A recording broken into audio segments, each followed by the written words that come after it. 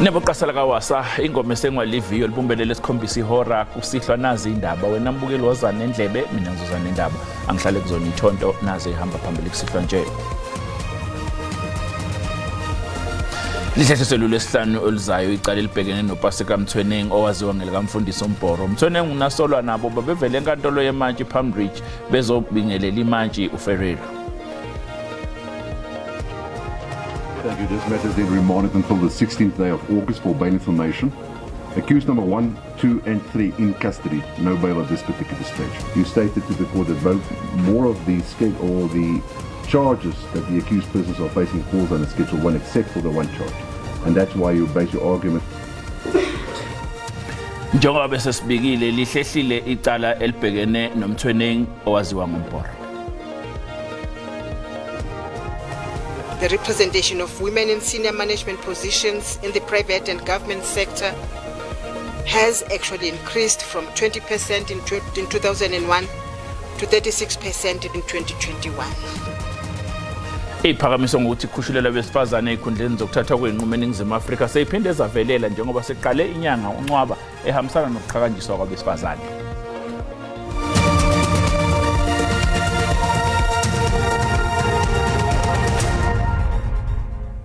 Lihlehlela umhlazi ishumi nesithupha kuNcwaba icala elibhekene noPaseka Mthweneng owaziwa ngelikaMboro. Lo mfundisi ondaba mlonyeni kulezi insuku bevele enkantolo yeMantshi Palm Ridge njengoba ebhekene noxhaxho lamacala afaka phakathi ukushaya. iMantshi ike yachaza kabanzi ngemicikilisho ethile ngaphambi kokuhlehlisa icala.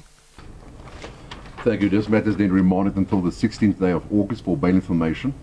Accused number 1, 2 and 3 in custody. No bail at this particular stage. Ummeli kaMthweneng uthe bazowunika umbuso lesikhathi osidingayo wangena ezintangeni mayebuzwa ngemizwa yomsolwa njengoba kuqhubeka icala. I just wanted to confirm what the magistrate was saying and then that's all he was telling me. Nothing much, nothing more, nothing less. You know, when you're arrested, obviously you're not going to feel comfortable. Umbuso uchazile abezindaba ngokwenzeke enkantolo namhlanje. Lobo kunamacala ahlukahlukene mayelana necala leli elenzakele ngomhla ka5 kuAugust esikolweni esibizwa ngokuthi Matsiliso la eKuruleni.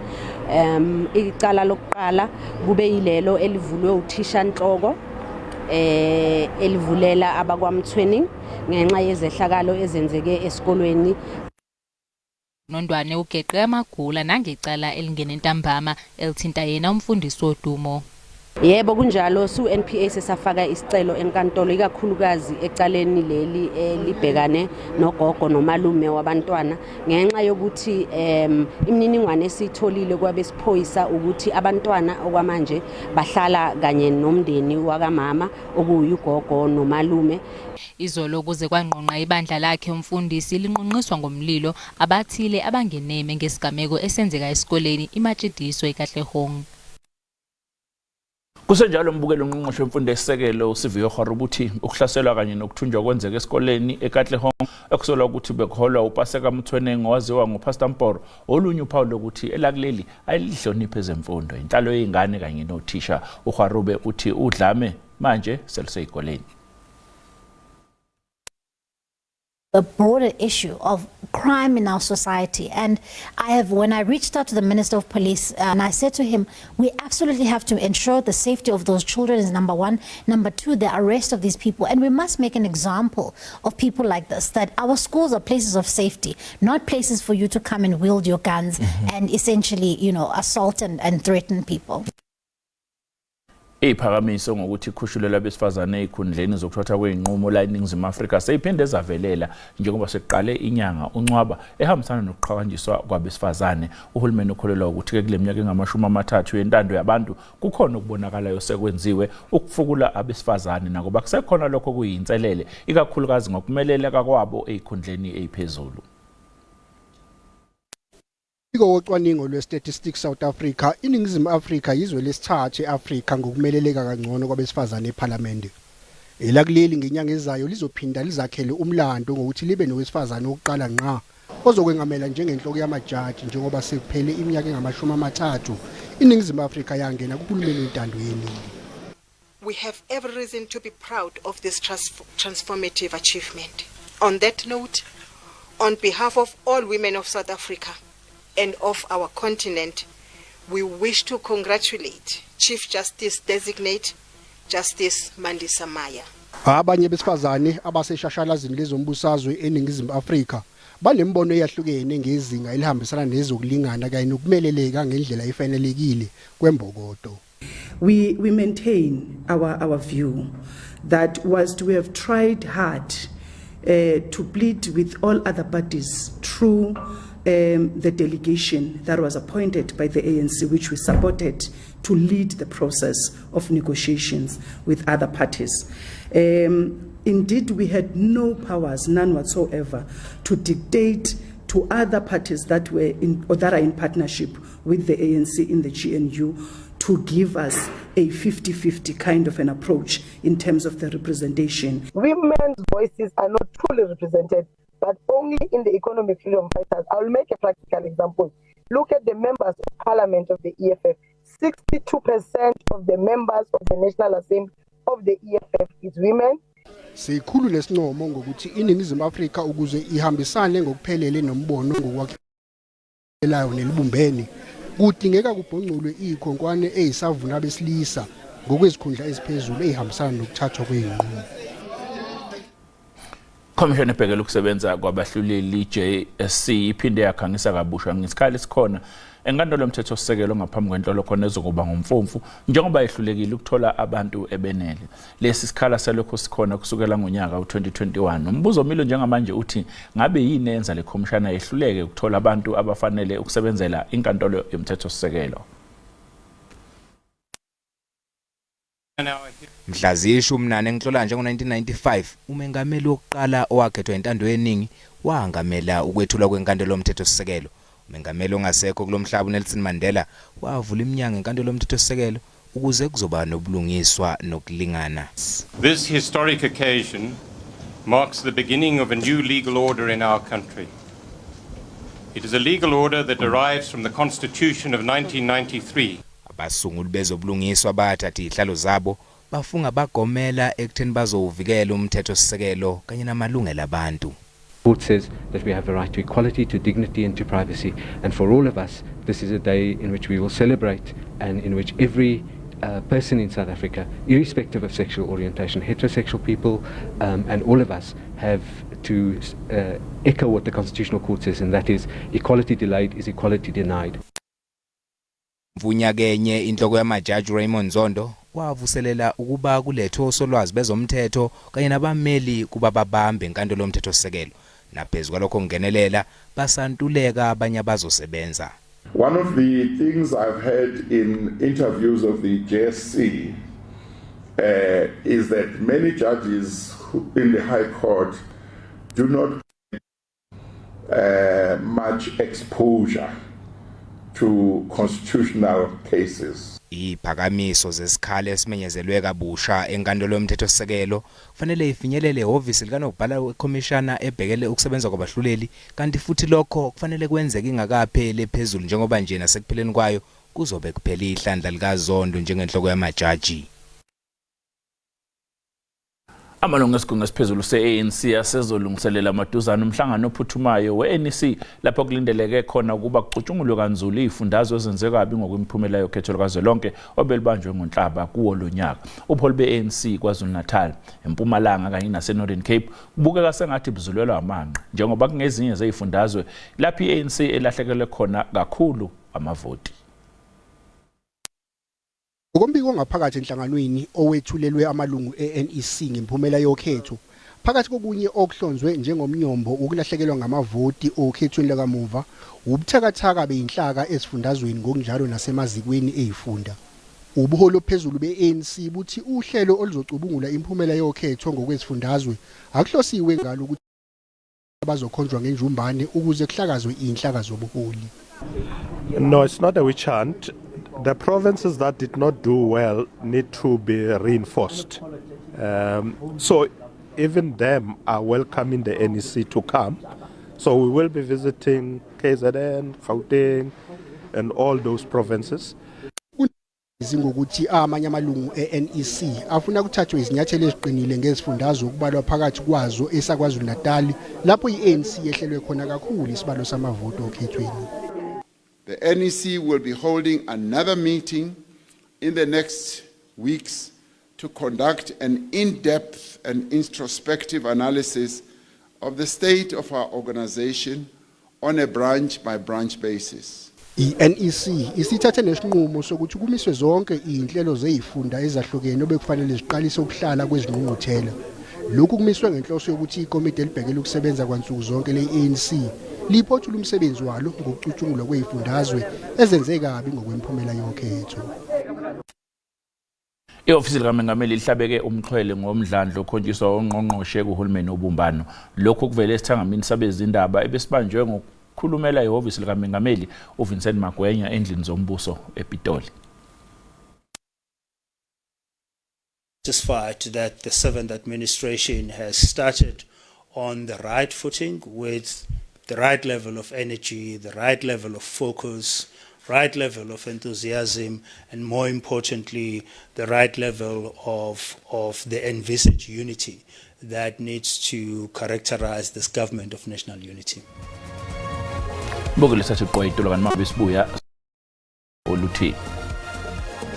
need to invite traffic officers or traffic police or whoever or khona ukuthatha ama rights, maybe ukuthatha blood test and things like that kubo driver bethu before balayisha abantu abethu.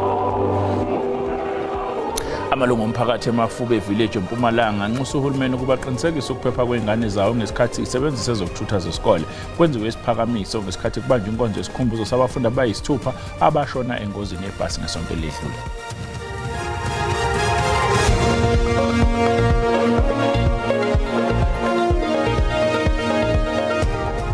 Sikubingelele sikwamukele mbukeli uma ngusanda kungena odabeni oluphambili besibike ukuthi lihlehlele umhlazishi umnesithupha kuncwaba icala elibhekene noPaseka Mthweneng owaziwa ngelikaMporo ngabaningi. Mbukela sikhumbuze ukuthi le indaba ikhona ku-YouTube naku-SABC Plus. Wena kumele ukwenze ngena kuzo uyicinga amagama athi SABC izindaba na kanjani uzoyithola njengoba sinjalo. Inkantolo ephakeme eFree State ithi kuzobe kuphambana nomthethosisekelo ukuqhubeka nokuqulwa kwecala elithinta iplazi elikhiqiza inkomo zobisi iEstina. Celeste Reinders uthe kube nokubambezeleka okungenasizathu okuvimbela ukuthi leli cala liqhubeke. Abasolwa bafake isicelo becela inkantolo ukuthi lisuse lolu daba ohlwini ngoba bebengakwazi ukuthola imininingwane yaseNetherlands. uReinders uthi akwenzeki ukuthi umbuso ucele abazokuvikela ukuthi balethe awabo ama-hard drive ngoJuni ukuze bathole eminye imininingwano.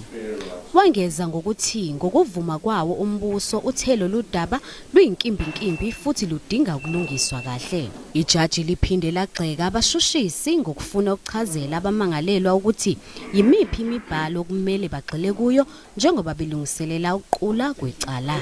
Therefore make the following order. 1.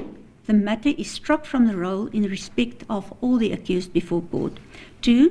The matter may not be resumed or instituted de novo without the written instruction and authorization of either the National Director of Public Prosecutions, alternatively the Investigating Directorate of the National Prosecution, and in the further alternative, the Director of Public Prosecutions, Free State.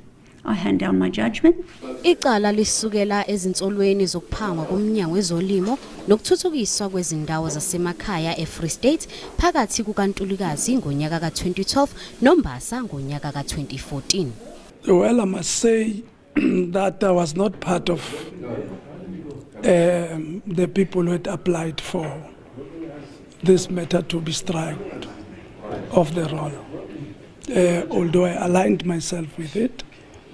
But I've always said right from the beginning that as a South African citizen, I stay respecting the laws of this country.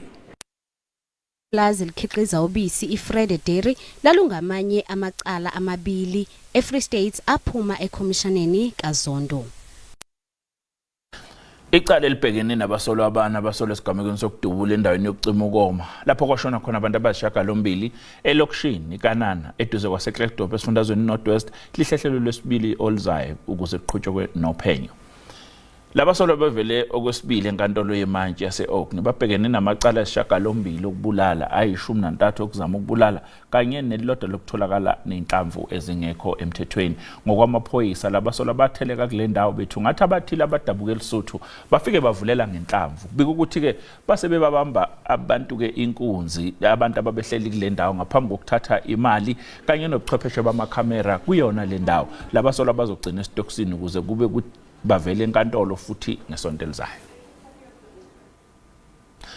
Amalungu omphakathi aseMafube Village eMpumalanga nxusa uhulumeni ukuba aqinisekise ukuphepha kweingane zawo ngesikhathi esebenzisa ezokuthutha zesikole. Lokhu kuzemva kwengozi eyenzeke phakathi kwesitimela kanye nebhasi ebelithwele abafundi besikole kanti kuphangalaleke abayisithupha kwalimala abangamashumi amabili. Umuzwa womunye kuphela ehholo lomphakathi isikhululiwe abangani isihlobo kanye namalungu omphakathi aphume ngobuningi ukuzohlonipha abafundi abayisithupha baphangalale engozini yebhasi. Abazali abaningi bathi bakhathazekile ngesimo sokuphepha ezimotweni ezithola abafundi banxusa uhulumeni ukuba angenelele kulokhu.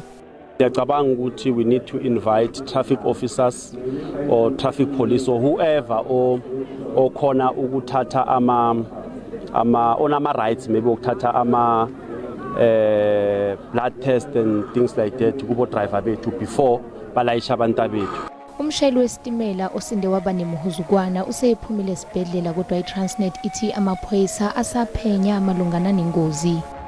On our side we think siwathathile ama steps are right umthetho ofunayo umthetho obekiweyo ogade umjantshi but investigation itself izositshela ukuthi obengenzanga bekumela yenze. Noma kunjalo umnyango wezemfundo kulesifundazwe uthi uzoqhubeka nokweseka imindeni ethintekayo nangale kwamalungiselelo omngcwabo. Singihulumende ke nama partners ethu sithwele wonke lo mthwalo ukubasida ukuthi lenkonzo yosikhumbuzo ihambe kahle okanye nomngcwabo uhambe kahle. Inkonzo yomngcwabo izobanjelwa ehholo lomphakathi isikhululiwe ngomgqibelo imindeni ke izongcwaba emathuneni ahlukene. I-Economic Freedom Fighters esifundazweni eGauteng ifunga yagomela ukuthi izoqhubeka ilwe impi eqalwe yikhansela la umusho Mphahlele. Umphahlele ushone ngesonto ngesikhathi ehlolo ukulethwa kwezidingo nqangi eAlexandra enyakatho yeGoli. Uphenyo mayelana nokubulawa kwakhe luyaqhubeka. Inkonzo yokukhumbula lelungu le-EFF ibibanjelwe ehholo lomphakathi Sankompane Alexandra. Umphahlele ukhunjulwe njengeqhawe elidele impilo yalo ngenxa yokuthi lifuna ukulola amalungelo nesithunzi salabo abancishiwe. Kusolwa ukuthi umphahlele udutshulwe ngesikhathi kunokungaboni ngasolinye phakathi kwakhe namaphoyisa kanye nenkampani yonogada eyimele njengoba ke yena behlola izindlu zesikhashana khona eAlexandra ngesonto ntambama.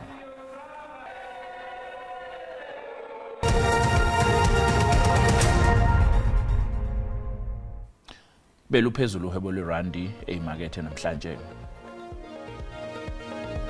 Libiza u-18.32 edoleni laseMelika, libe u-23.31 kupondo kanti liwu-20.02 ku-euro. Ipula laseBotswana libiza R1.35. Chelsea ivalwe inkomba yezabelo iphezulu. Igolide libiza $2,397 i-ounce, iplatinum yona ibiza $917 i-ounce, uoyela ongahluziwe ubiza $77.60 umphongolo. Mhlahlo wesimo sezulu yalandela emva kwekhefu nomadlameni.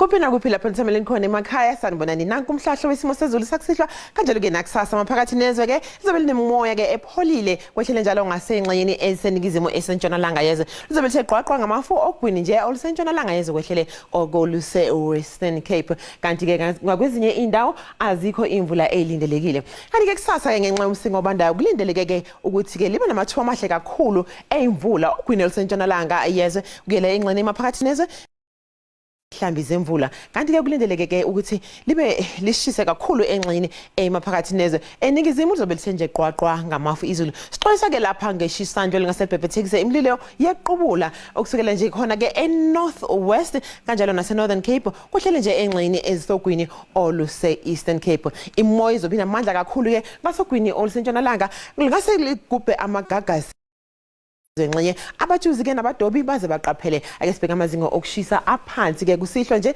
kulendele ukuthi libande kakhulu ke engxenyeni ezimaphakathi nezwe kanjalo ke nasengxenyeni ezisentshonalanga yezwe lapha eCalvin naseSutherland kulendele ukuthi liqhaqhazelisa amazinyo izulu ke kusihlwa nje engxenyeni ezisentshonalanga lingathi nje ukuba sivivi kusasa kulendele ke ukuthi lishise ne kakhulu ke esifundazweni esiseLimpopo ngo30 degrees Celsius lapha eMosina izobe lishisa kakhulu futhi nangasogwini olusentshonalanga kakhulu ke lapha yakwesika mthethwa kulendele ukuthi ke lithi ukufudumala uma kwehlela njalo engxenyeni ezilapha eEastern Cape kanjalo nasesifundazweni esiseFreystata eNorth West nalapha engxenyeni ezise Northern Cape kulendele ukuthi lishise izulu ngenxa ukuthi kulendele ke ishisandlo nemoya egijima ngesivini nesiphezulu kakhulu kulezo engxenye kanti ke ngasengxenyeni eseningizimu lapha eSutherland kulendele ukuthi lithi nje ukuphola libe sivivi kwezinye indawo eseningizimu esentshonalanga yezwe singakho namhlanje sibikezelo sezulu sithamene nikusasa ngesikhathi esifanayo makuzebengo kuzayo kaDlamini Mntwana uthe xabeni